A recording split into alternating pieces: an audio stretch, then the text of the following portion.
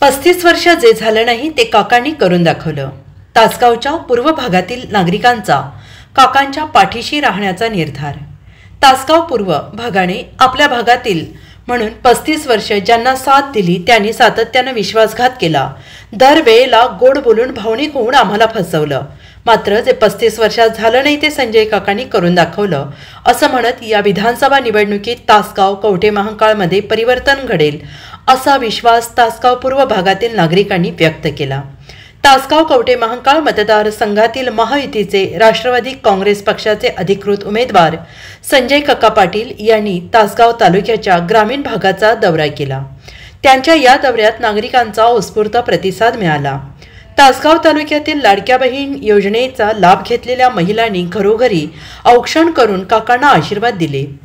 वडगाव, अंजनी गव्हाण, Jarandi, Dahiwadi, Siddhewadi, सावळडोंगर, Sony या गावात काकांनी पदयात्रा काढून लोकांशी संपर्क साधला आणि यावेळी या भागात केलेल्या विविध कामांची माहिती त्यांनी लोकांना दिली.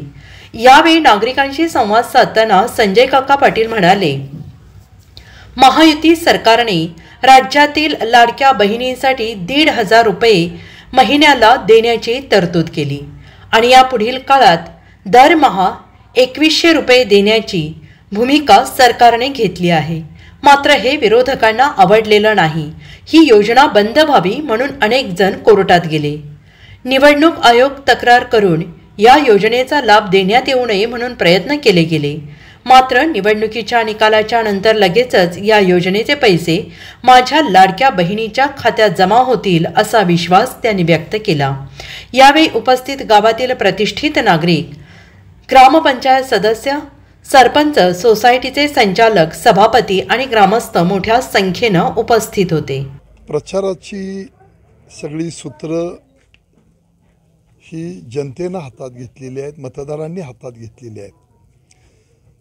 इतका चुकीचा खोटा नाटा प्रचार मतदारसंघामध्ये त्यांना करूनसुद्धा प्रतिसाद लोकांनी आपणाला द्यायचं ठरवलं आहे. कारण कामाचा माणूस कोण हे जनतेने बघितलं आहे, तरुणांनी बघितलं आहे.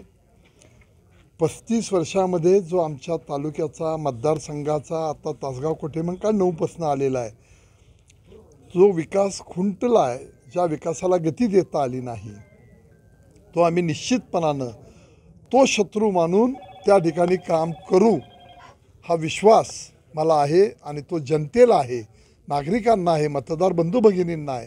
म्हणून त्यांनी ती सूत्र हातात घेतलेली आहेत. नेहमी एकच विषय चर्चेला येतो, तो तुमच्या त्या तासगावच्या MIDCचा विषय. नेमकं काय कारण प्रकरण काय? आपण एका महत्त्वाच्या विषयाला आपण विचारणा केली, हात घातला. 90-92 एकरची ती एक गायरांची जमीन त्रिगुण कुलकर्णी RDC असताना आम्ही ती MIDCकडे वर्ग केली. मिरज आलकुड MIDC ही 2700-2800 एकराची नाही, 1300 हेक्टरची, 13×26 आणि 6 म्हणजे साधारण 3200-3300 एकराची ती MIDC पूर्वी मंजूर झाली होती. काही बागायत जमिनी जात होत्या म्हणून काही लोकांनी विरोध केला. त्या बागायत जमिनी वगळून ती MIDC करता येत होती. ती किमान 1500-1600 एकराची ती MIDC त्या ठिकाणी करता आली असती.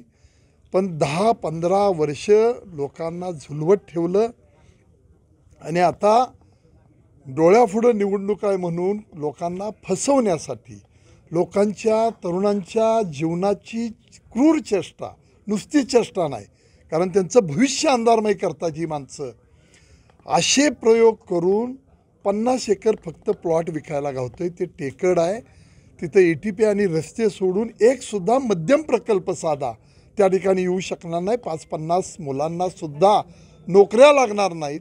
आणि तो तालुकाभर 1-2 कोटी रुपये खर्च करून बोर्ड लावले, JCBनं गुलाल उधळून घेतले, लोकांना सांगितले तरुण उद्योजकांच्या हातानं तरुणांना काम दिलं जाईल, उद्योजकांना तिथं प्लॉट दिले जातील.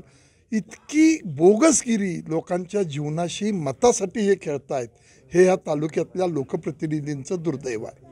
मग प्रचंड पाठिंबा मिळत असताना पाहायला मिळते आपल्याला काल युवासेनेनं सुद्धा आपल्याला पाठिंबा दिलेला आहे. या तालुक्यामध्ये आपण पाहिलं 35 वर्षामध्ये निवडणुकीच्या निमित्तानं वेगवेगळे विषयांना हात घालायचं, लोकांना भावनिक करायचं. एवढा उद्योग केला आणि लोकांची मतं घेतली. मला आपणाला या निमित्तानं सांगायचं आहे की मी आज टीका टिप्पणी करणार नाही, पण वास्तव काय हे तुम्ही आता सगळ्या लोकांनी पाहिलं. खालनं मी बोलायच्या आधी लोक एक एक मुद्दा काढत होते, तुम्ही सगळ्यांनी बघितलं. हे काही तुम्ही येणार आहे त्यांना काही शिकवून केलेलं नव्हतं. उत्स्फूर्तपणाने लोकांनी त्या ठिकाणी आपापल्या भावना व्यक्त करत होते, चीड व्यक्त करत होते. एवढं तुम्ही लक्षात घ्या. या निमित्तानं आपण सगळं पाहिलं की लोकांच्या उद्रेकाच्या भावना लोक व्यक्त करत होते. मग त्यामध्ये काय पाहायला मिळालं? कोणाचे पतसंस्थेत पैसे होते, कोणाच्या नावावर खोटी प्रकरणं केली, त्याला जमिनी विकायला लागल्या. तो माणूस आज पिग्मी एजंट गोळा करतो. एक त्या मुलाचे सरपंच आहे, त्याचे वडील उठून म्हणले मी काय घाबरणारा मनुष्य नाही, माझं वय झालं आहे पण मी बरोबर आहे. म्हणजे लोकांना जीवनातनं उठवण्याचं काम यांच्या कार्यकर्त्यांनी केलं आणि अशा कार्यकर्त्यांना प्रोटेक्शन द्यायचं, अशा संस्था चालकांना त्यांनी हाताशी धरायचं. आणि ह्या संस्था सगळ्या त्यांच्या होत्या. तेव्हा प्रचंड लोकांच्यामध्ये अंधाधुंद कारभार करून लोकांच्या जीवनाचा यांनी या ठिकाणी खूप मोठ्या प्रमाणामध्ये नुकसान केलेलं आहे, त्यांना त्रास झालेला आहे. मार्ग सुकर झालेला आहे का? 100% अजितराव घोरपडे सरकार आपल्याबरोबर आलेले आहेत. त्यांचा पाठिंबा, त्यांचं सहकार्य हे झाल्यामुळं हा विजयाचा मार्ग आणखी सुखकर झालेला आहे, हे निश्चित. थँक्यू. या